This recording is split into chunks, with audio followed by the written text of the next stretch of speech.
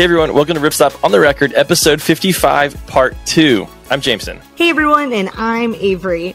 In this episode, we'll be finishing our episode on the MST and the DIYers that help create, maintain, and support the trail. If you haven't already listened to episode 1 or part 1, then go back and you can use the link in the description below. Awesome episode where you'll get the idea of what the MST is and hear all the details. It'll really set the tone for what this episode will be. Absolutely. And coming up, you will hear from Les Love on how a trail of this size is maintained and built through the efforts of volunteers and the task force leaders. Additionally, we will talk with Jason Smith, our boss, about what the trail means to the people that are able to take advantage of this incredible amenity. Our first guest today is Les Love. He is probably the sweetest man we have ever talked to. Les has been involved with the outdoors and brings a dimension to the podcast that is warming but also very inspiring. Yeah, he knows a lot of things and has a lot to share, but possibly the one I took away the most is that I guess trail maintenance is like the ultimate fountain of youth. He mentioned some friends of his that were like over 90 years old, but Les is amazing. But here's what he had to say. Hey, Les, thank you for joining us today. We've heard so many great things about you, and we're just really excited to get into it. So if you could tell us about yourself and your involvement with the Mountains to Sea Trail. Okay. Les Love. I live up in Asheville or Weaverville, if you know the area. And let's see, got involved, oh my gosh, probably through the Carolina Mountain Club. I've been with them for about 25 years, and when I first started, the Mountains to Sea Trail was not completed through here, and the club was in the throes of building it through the mountains, and I got involved helping lead the quarterly Saturday work days. Those of us that still work, and I still work now, and don't ever plan on retiring. I'm having way too much fun.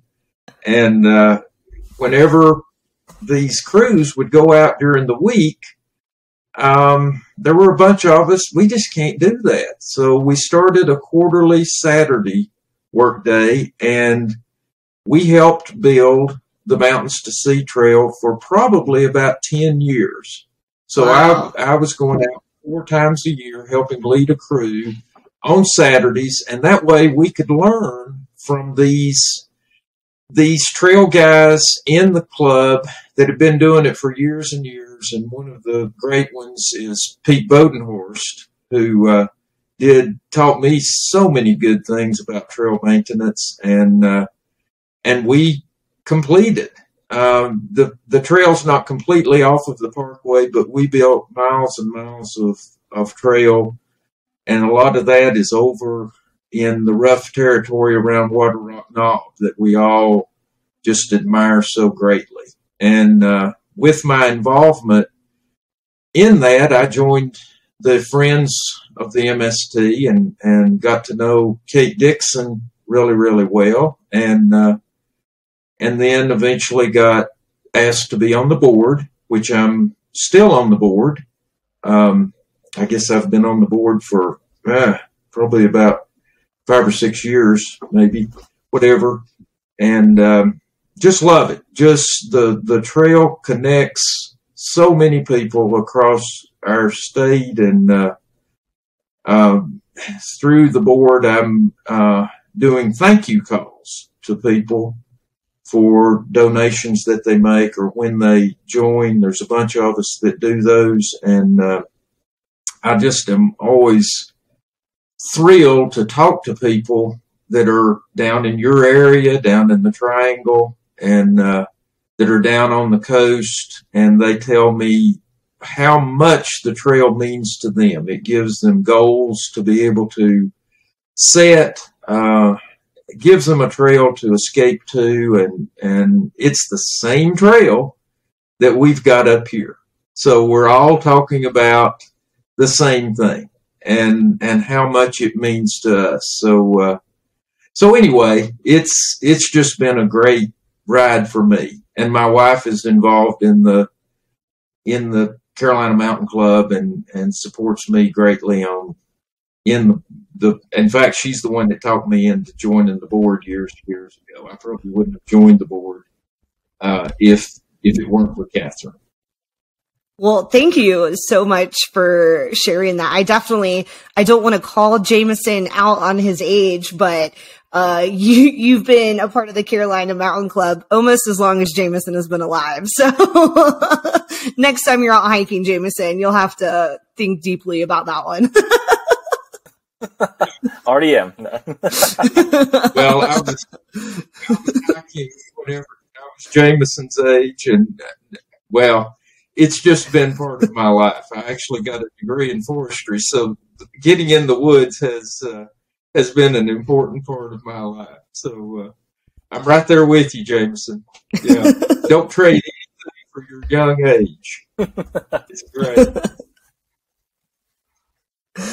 Well, you mentioned a little bit about how the trail is so connected and everyone's kind of doing the same thing. And it's one thing that Betsy alluded to and had this statement that, when she's on Mount Mitchell, she's thinking about the person on Clingman's Dome. So clearly for people who are not familiar with the MST or maybe haven't looked at that actual map, it is over 1,100 miles long, which is kind of crazy to think about when it's all in one state. I mean, it's half the length of the Appalachian Trail that runs through 12 states, but you're getting 1,100 miles in one state. So with something of this size, how does that get maintained?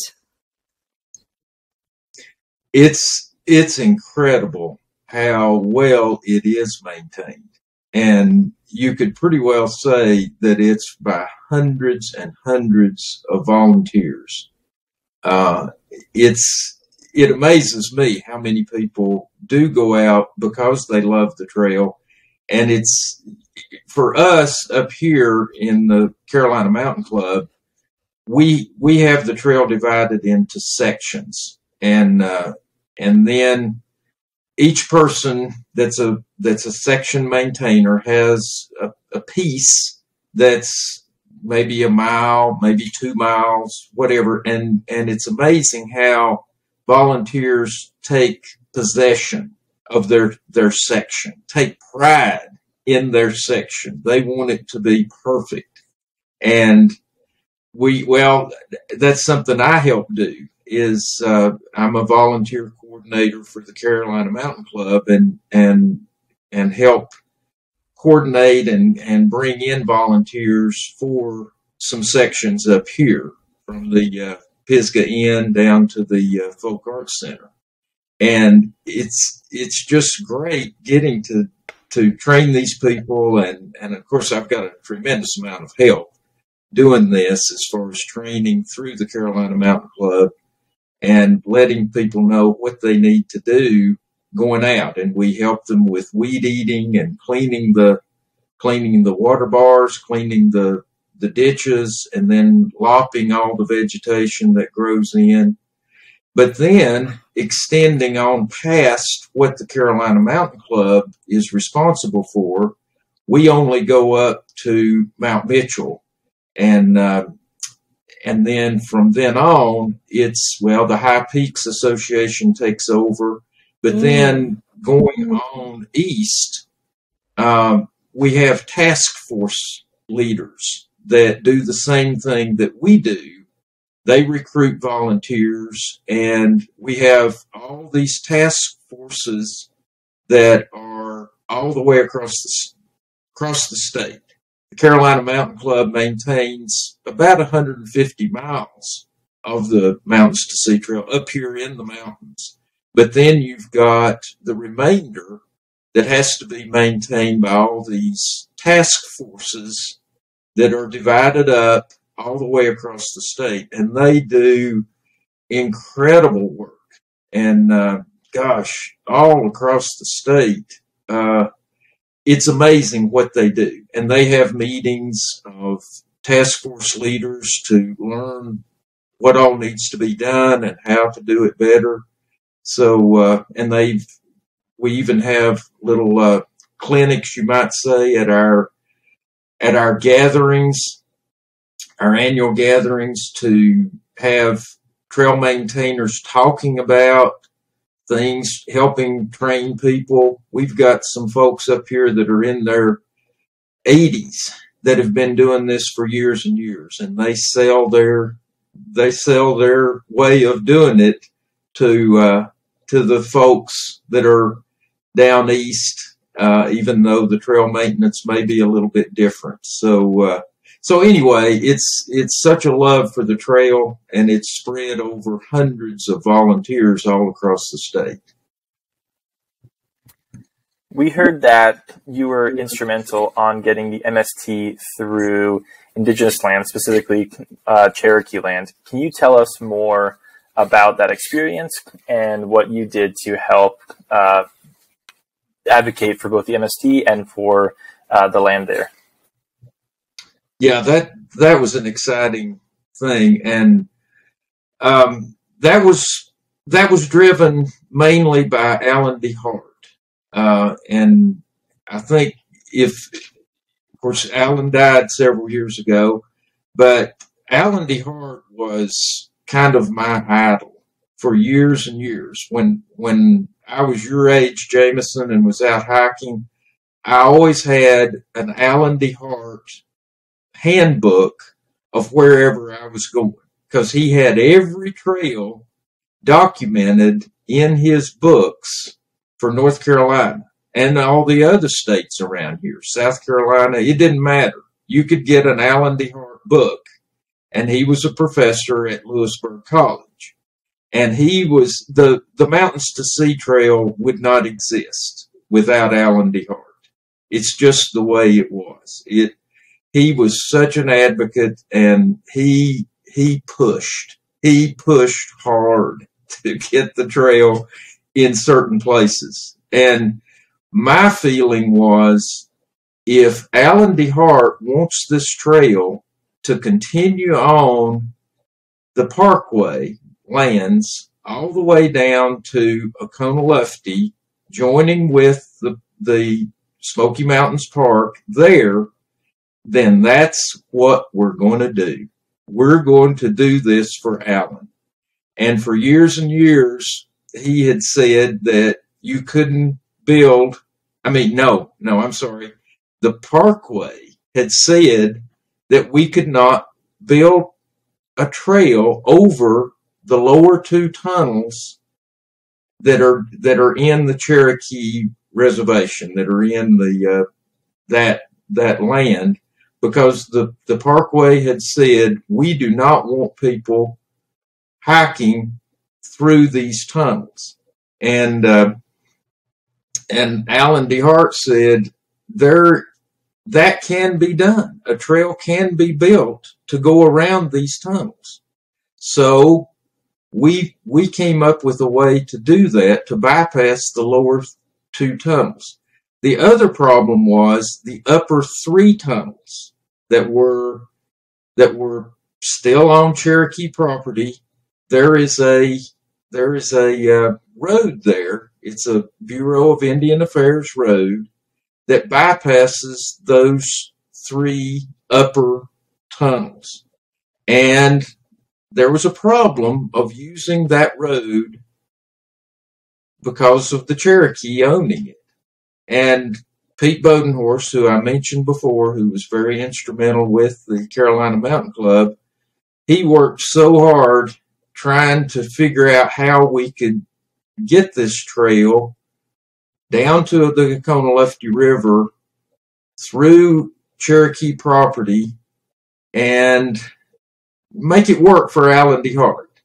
And Pete and I were over there one day in Cherokee looking, and I said, has anybody ever gone and talked to the Cherokee? Well, we've tried, we've called them, and we've, but it just doesn't seem to work out. And I said, well, I'd kind of like to go over and meet them and actually talk about this, because this would be such a benefit to them. And so I went over several times, and found out that the person that was kind of in charge of this was the vice chief Larry Blythe. And Larry, of course, he's a busy man. And I went over, and no, he's not here, and went over another time. Yep, he's in, but he's tied up. Okay, well, I'll just wait. And I waited, and finally Larry let me in to his office, and come to find out, we both we're both the same age, as a matter of fact. And we both got degrees in forestry. He got his out in Idaho. I got mine from Tennessee. So, wow, we got a lot in common. And the more we talked, the more he saw the benefits of this. And he said, well, yeah, let's see if I can push this through the tribal council, and you guys can use that road. I don't see any harm in that at all. So it went on, and I got back to all the powers that be, the state, the Parkway people, and they were trying to get Larry to come to Asheville for this big meeting that they were going to have. The folks from the Smokies, and Larry said, well, why don't you all just come over here to Cherokee and we'll meet here? And so I said, oh, I love it. Let's go to his house. I was not involved in that meeting. I'm not one of the powers that be. I was only a facilitator, you might say. And they had that meeting, and it was approved, and Larry Blythe got that approved through the tribal council, and they made a construction permit. The state did. It all just fell right into place. And it was because we crossed that hurdle of the Cherokee agreeing that this would be a good thing. And I think just extending the hand of friendship, that we see a benefit here that would work for you, and letting them know that we're on their side. And I've developed such a good relationship with the Cherokee through that initial meeting, and it's just great, and it is benefiting Cherokee, and it checked the box of Alan D. Hart wanting. That was considered the original route that was planned years and years ago. It checked that box that this is where the trail needs to go. And Alan D. Hart had already died. I hate that, when all this happened and we finalized it and we got the bypass tunnels around the bypass trails around the lower two tunnels. We got that done, and I wish Alan could have been there to see this. We had a big celebration down at Oconaluftee over this happening, and so we came full circle on it. It's something that I'm really proud of. Les, your work there with developing relationship and friendship, excuse me, is something that we've heard a lot about from you before we ever even got to talk with you. But from Jason telling us about the conversations he's had with you, to your welcome calls, your thank you calls that you do for people, we've heard that you do an exceptional job building this type of relationship. Tell us about where that comes from for you, because that seems like it's been a really important part of your work with the Carolina Mountain Club, but also with the MST. But maybe something we can take away in general. It's maybe like your DIY superpower of developing this relationship with people. Tell us more about that. Wow. Well, that's very flattering that you're saying that. Gosh, I don't know. I just find that the more I talk to people and the more I get involved with folks, and I guess they see my enthusiasm over the trail or whatever it is with the Carolina Mountain Club. And as I tell people about the Carolina Mountain Club, I met my wife, Catherine. We've been married for 19 years, and I met her through the Carolina Mountain Club. So I cannot do enough to repay the Carolina Mountain Club. And I always find that when I'm out on the trail, that when I say I'm with the Carolina Mountain Club, it causes people to open up and, oh, you're volunteering to do this. Wow, that's great. We thought the Forest Service or Park Service, we thought that this is not a volunteer thing. So I find that the more we talk to people and the more we tell them what we're doing with the trail, folks appreciate that. And I always say, hey, I'll work all day for a good thank you.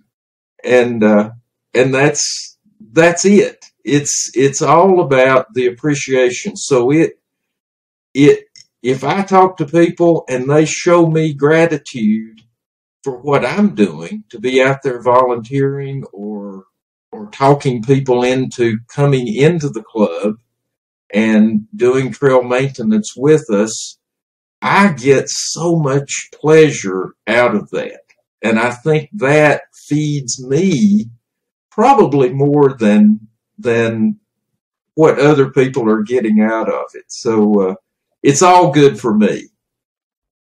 Well, man, I mean, you just convinced me. I'm like over here trying to hold back the tears.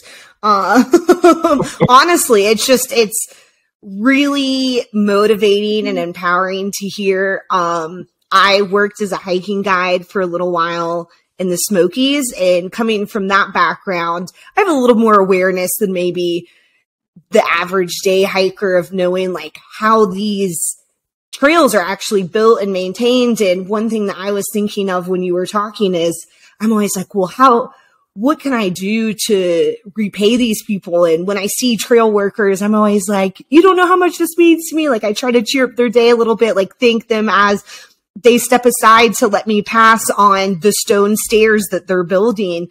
So this is definitely an off script question, but what can someone like just, the average weekend warrior, day hiker, or someone who is enjoying maybe any trail, which all have to be maintained by volunteers, what can we do to show our gratitude? Because sometimes I'm like, I know that thank you isn't enough. I know that these people have been out there for, 6 hours on their knees with a shovel in the heat of the summer. So what would you say are some ways that we can show our gratitude towards people like you and all of the other hundreds of volunteers that help maintain this immensely long and beautiful trail that is the MST? Well, the first thing you can do is join the Friends of the Mountains to Sea Trail. And I mean, that is so critical to the more members we get. And we've got about 20, I think the number right now is 2,600. And when I came on the board, we had less than 1,000. And wow. I said, to me, this should be a 10,000 member organization because, I mean, this is a 1,200 mile long trail.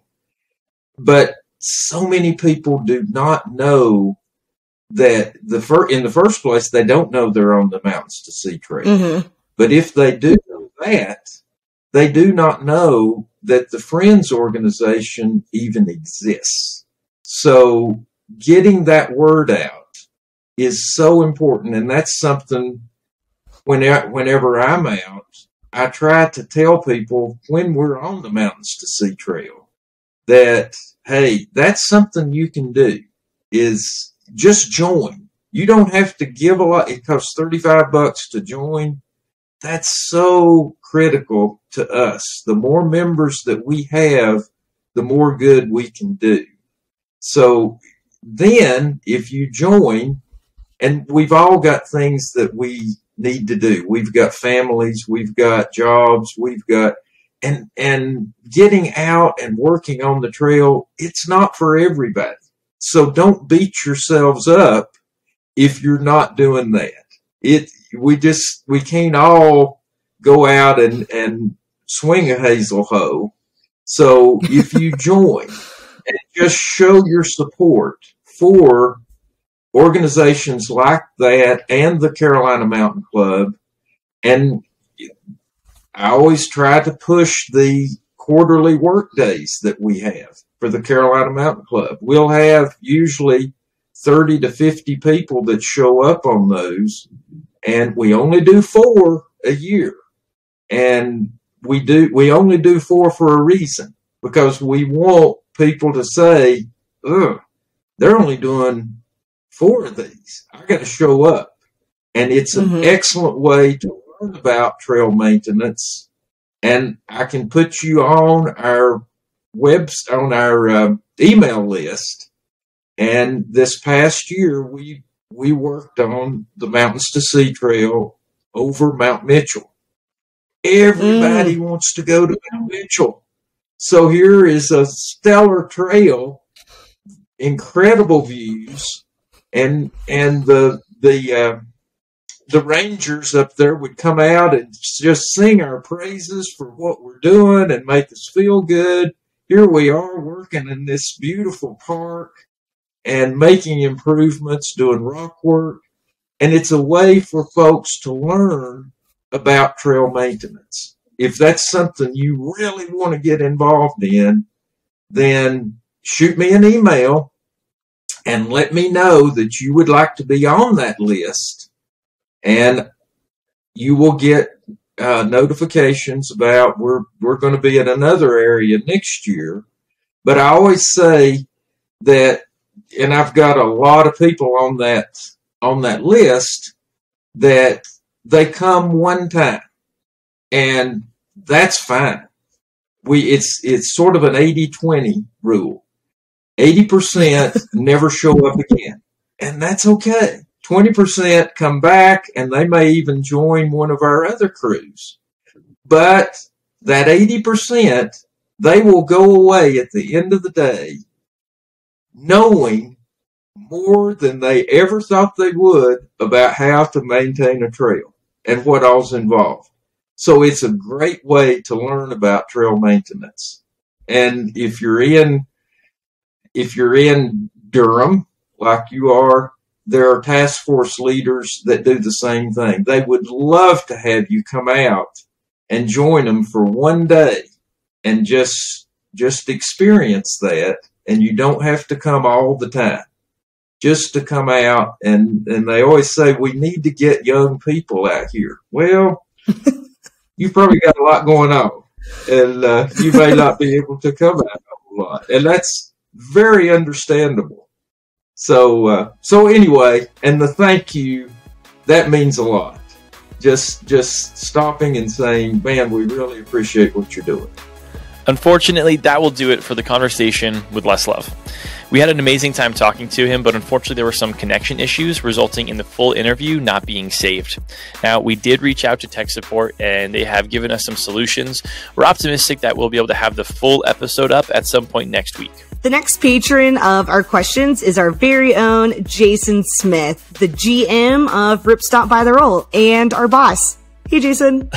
Also known as the old man in the office and the local giraffe. We talked with Jason to tie up the loose ends on why we did this episode and to hear about his own vast personal experiences on the Mountains to Sea Trail. Here's what Jason had to say about what the MST means to him. So this is a bit more of a fun introduction. It's not normally someone that I'm meeting for the very first time, but Jason, thanks for coming on the episode. Oh, absolutely. Great to be here. Long-time listener, first-time caller. First-time link clicker, I guess, right? Right. So, Jason, you have a strong connection with the MST, from section hiking to work days to bringing your family on the trail pretty frequently. In your own words, tell us about the connection that you have with the MST. Sure. So, I mean, the MST is a huge part of my life, trails in general, but the MST specifically. Probably, I don't know, maybe a dozen years ago or maybe more than I want to think about. I was living right up the street from the MST and didn't necessarily realize it or think about it comprehensively at that point. It was like, oh, there's a trail near my house near Falls Lake and I'm going to go get on it. And was out there. I was going to do my first trail race. And so I was like, well, while I'm like training for that, I'm going to run each section of the trail, down to Falls Dam. Right. And at some point I realized that, hey, Falls Lake Trail is part of a bigger trail. So I'm going to finish Falls Lake Trail. And when I did that, I'm like, you know what, I can do the whole thing. And so that's sort of how I got, started with the MST. It was just by accident because it was sort of a local trail. But as you said, my connection now, I think goes a lot deeper and a lot broader. My family is frequently out on the trail, and just last weekend and coming up this weekend. So it's something that is just a thing that we do, frequently, every couple of weeks for sure, and more often if we can. I also, I get out and do trail maintenance when I can. I got a great couple of great task force leaders over in Segment 9, Andrew Sam and Greg Yan, and have a good time just giving back to the trail. So it's not just sort of a refuge and a place that I go to clear my head, but it's also a place where I feel like I can be of service to my community and to other people that want to get outdoors. And it's also exercise for me. So it's really sort of a comprehensive part of my life, I guess you'd say right now. When you started out saying that you I think your first few words were, I was living. And I was like, oh man, I didn't realize how much of a connection Jason had to the MST. He was living on it one day in the past. I'm going to live on it this weekend. I guess you technically do live on it a lot of times in some ways. So for those of you that don't know, Jason is general manager here at Ripstop by the Roll, and he also adorns a very large MS2 poster outside of his office. But for you, Jason, you obviously understand what it means to create your own path. What do the MST and other locally built trails mean to people who walk on them? It's a great question. I think that it means to a lot of people what it means to me. It's a place to go outside and sort of have a refuge from the busy day to day, right? Especially those of us here in the Triangle that are dealing with traffic and all of the various things that come in with living in a big place. It's nice to be able to park your car and walk for 15 minutes away and feel like, hey, I'm really out away from some of the hustle and bustle. Really saw that at the beginning of the pandemic where, trails in general, there was just, such a surge of people, I think looking for, some sort of connection beyond, what their day to day looks like. And, a lot of them found that getting outdoors. Thanks for sharing that. I know that you obviously know a lot about what we've kind of done with the MST and Ripstop by the Roll. And it's one thing that I don't think we've really officially talked about much on the podcast or just publicly, but do you want to share a little bit about maybe what the MST, how we're incorporating that into Ripstop by the Roll and what it means for us as a company and for the employees that might have just experienced it for the first time with one of the activities we've recently done? Sure, absolutely. So, as you know, we have a philanthropy committee here at Ripstop by the Roll where we look for opportunities to give back to our community in different ways. And this year, a couple of the ways that we've done that are to participate in or actually create for our staff here opportunities to go out and do cleanups. And we've done a couple of those on different sections of the Mountains to Sea Trail. And I think they've been well received. We generally had a good time both times getting out together as a group for some bonding, for some outside time, which many of us enjoy. And also, again, just a chance to get back to our local community and our local trail system.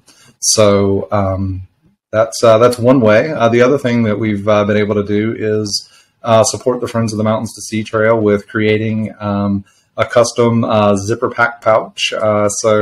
I had an opportunity to give a few of those away to people that completed some of the hiking challenges for the Mountains to Sea Trail's 45th birthday.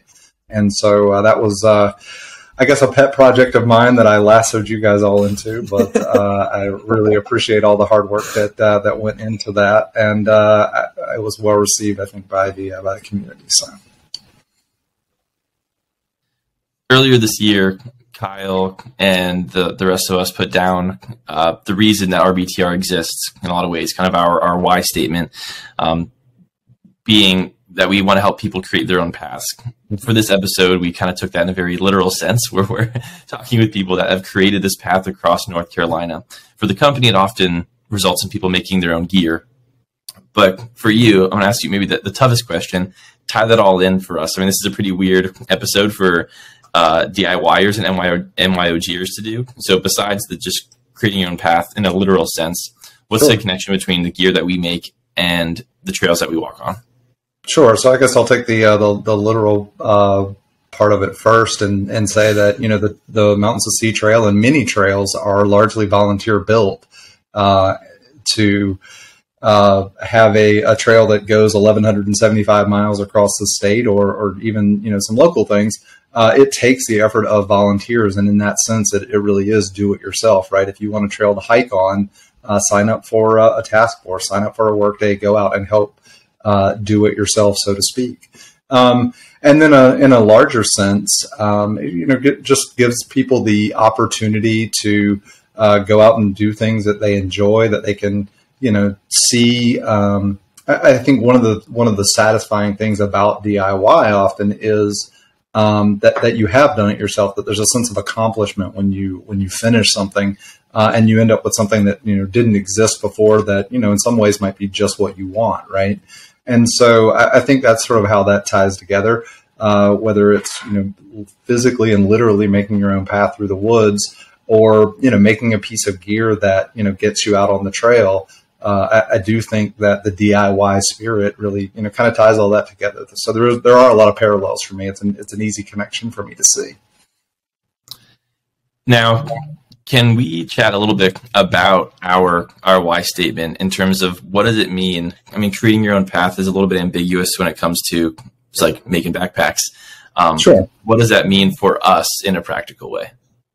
Yeah. So, I mean, it means that if you go to, a retailer and you want to pick out a piece of gear, you're picking out a piece of gear that's sort of designed for the middle of the road, or maybe designed for sort of a subset of people, right? You can certainly get packs in small, medium, and large, but when you're 6'4", maybe that the off the shelf stuff doesn't quite work, right? I just bought a pack recently that was the biggest available, but didn't quite work out for me. And so I think that creating your own path might mean creating a piece of gear that really works best for you. That works with, the way that, you want things to be, right? And so that's a piece of it. And then also, just the opportunity to sort of stand out from the crowd, right? We've got custom printing options, for instance. So your pack can have literally anything on it that you want, and, allow you some creative expression, while you're outdoors, or just to tailor to your needs. I love orange backpacks, and they're just not available in a sort of every brand or size that you might want. So, I was fortunate enough to work with one of our cottage vendors to create exactly, what I needed from the products that we sell. And so, while I'm not quite at the level of making my own pack at this point, it's certainly an aspiration of mine, but just having the materials and the great connections with some of our cottage vendors to get really, what you need, and in that sense, create your own path.